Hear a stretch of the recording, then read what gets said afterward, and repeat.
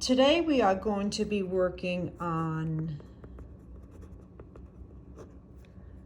finding the vertex,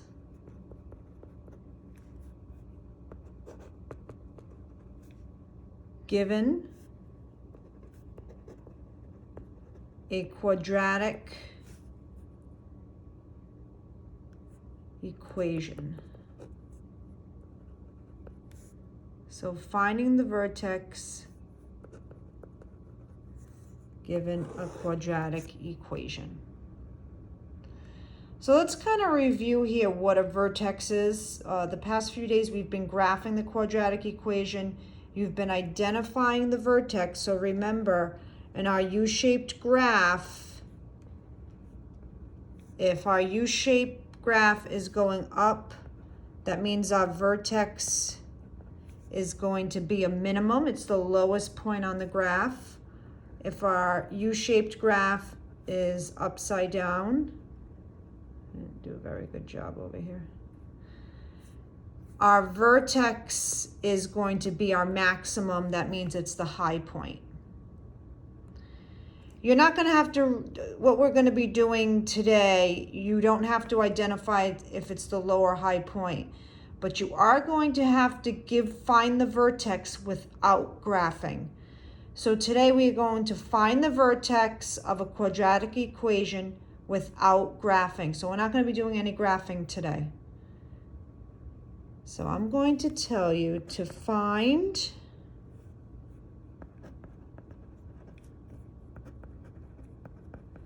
the x coordinate of the vertex. There's a little formula we use. So remember, we're talking about an ordered pair, and I'm trying to find the x part of the vertex. This is what I'm going to try to find first, and then we're going to find the y. But there's a formula that we use to find the x part of the vertex, and it's right here. The x part of the vertex is equal to negative b over 2a. That's a very important formula. It's a small one, but it's important. X is equal to negative b over 2a. And then once we find the x coordinate, it's easy to find the y coordinate. You just substitute back in and do the work. Now, I don't have that many problems to do. I'm only going over 2 of them, and then you guys can get working. You're going to have, I think, 12 problems. 12 or 15, but I think it's 12. All right, so the directions will say find the vertex.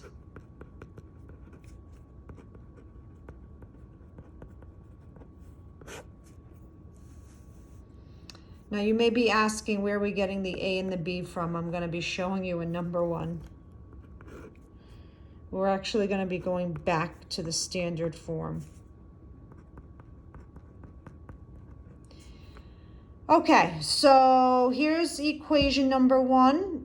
You're either going to see a y equals or f of x. If it says f of x, remember it's the same thing as y. So if you notice, this is in standard form. For those of you who forgot what standard form is, it was I gave that the first day I gave notes on this. Here's the standard form: ax squared plus bx plus c. That's the standard form. I want you to notice how I've lined this up. So the number in front of the x squared, or our quadratic term, is a. The number in front of the x, or the linear term, is 4. And then our constant is 3. So a is 1, b is 4, c is 3. I don't really need to know c for this. It's really just the a and the b. So a is 1. It's the number in front of that x squared. And b is 4. So I'm now going to take that little formula that x is equal to negative b over 2a, and I'm going to substitute in. So b is 4, but it's saying a negative b. So I'm actually going to put negative 4. I'm doing the opposite. The formula says negative b. B is 4. I'm putting a negative 4. And then I'm going to take that 1 and substitute it in for a. So I'm taking this 1 and I'm putting it in here. Okay, now let's do the work. I've got -4/2. That's giving us -2. So that's the x part of the vertex. So I'm going to do V, and I know -2 is the x part of the vertex. Now I'm going to take this -2 and I am going to put it in right here. And I'm going to put it in right here. So once I find the x part of the vertex, I'm then substituting in back in. Wherever I see an x, I'm going to put that number so I can find out what y is. So let's do that work. I've got y is equal to -2 squared plus 4 times -2 plus 3.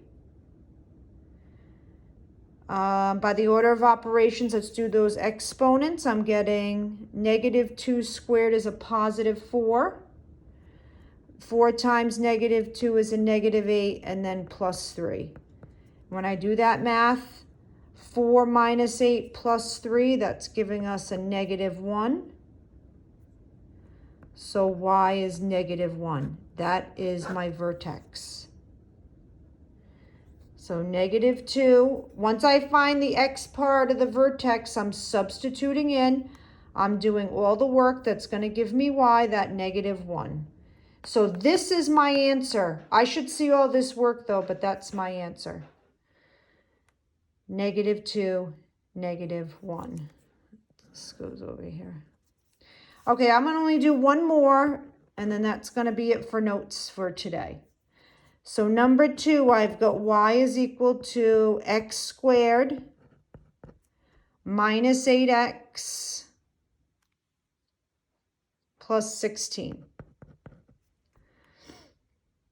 First step, we're going to identify the A, the B, and the C. So actually not the C, just the A and the B. A is 1. B is -8. A is 1. B is -8. Remember, it's ax squared plus bx plus c. So a is that number in front of the x squared, which is a 1. B is the number in front of that x, so that's -8. So now I'm going to take these numbers and substitute into that little formula. X is equal to -b/2a. So now this time, b is -8. So when I substitute in, it actually becomes a +8. And then I've got 2 times 1. So I'm taking that -8. It now becomes a +8. You're actually taking the opposite of whatever b is. So since b is a negative, it now becomes a positive, and then 2 times 1. So when I do the work over here, I'm getting the x coordinate is 4.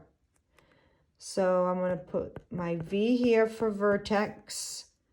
Now I'm going to take this 4 and substitute in right over here into 2 spots. Into that x squared and then the x next to the 8. So let's substitute in. I've got 4 squared minus 8 times 4 plus 16, and let's do that work. 4 squared, that's giving us 16. 8 times 4, that's 32 plus 16. So 16 minus 32 plus 16, that's giving us 0, and that may happen. Zero's a number. So the x coordinate of the vertex is 4. The y coordinate is 0, but this is my answer. My answer is 4, 0. We're just finding the vertex. And that's going to be it for notes for today.